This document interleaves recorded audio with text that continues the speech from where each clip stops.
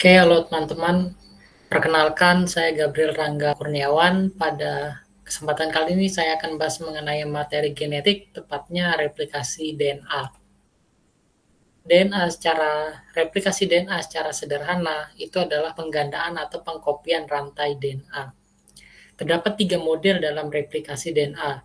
Yang pertama adalah konservatif, yang kedua semi-konservatif, dan yang ketiga dispersif. Nah, pada kesempatan kali ini saya akan bahas lebih mendalam mengenai semi-konservatif model pada replikasi DNA. Oke, dalam replikasi DNA, awal mulanya itu terjadi pada titik yang namanya origin of replication. Nah, dari titik ini nanti kita akan mengenal yang namanya leading strand dan juga lagging strand.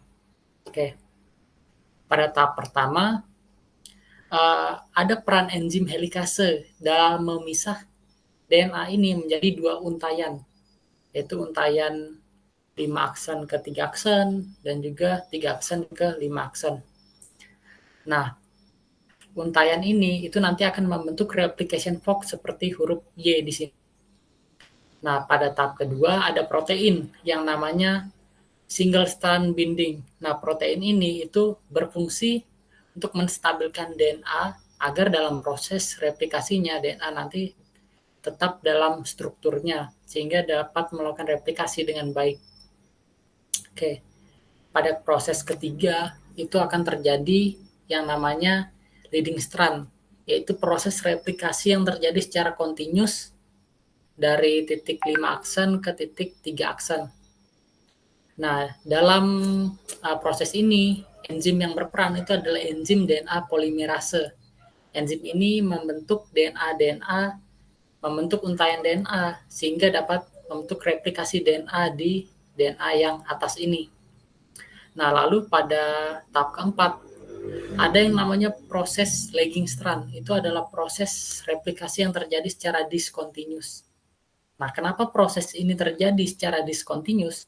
Karena ada pembentukan RNA primer yang dihasilkan oleh enzim primase. Nah, adanya RNA primer ini menyebabkan DNA yang dihasilkan oleh DNA polimerase ini itu tidak dapat menyambung secara langsung sehingga membentuk fragmen-fragmen yang disebut sebagai fragmen Okazaki. Nah, pada proses kelima, RNA yang dibentuk tadi, RNA primer yang dibentuk tadi, itu akan dilepas oleh enzim yang namanya exonuklease. Nah, enzim ini berperan dalam proses pelepasan RNA primer. Lalu RNA primer ini nanti akan diganti oleh DNA.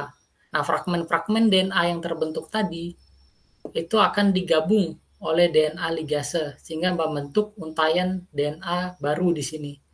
Dan lalu terbentuklah 2 DNA atas dan bawah. Nah, inilah proses replikasi DNA secara utuh.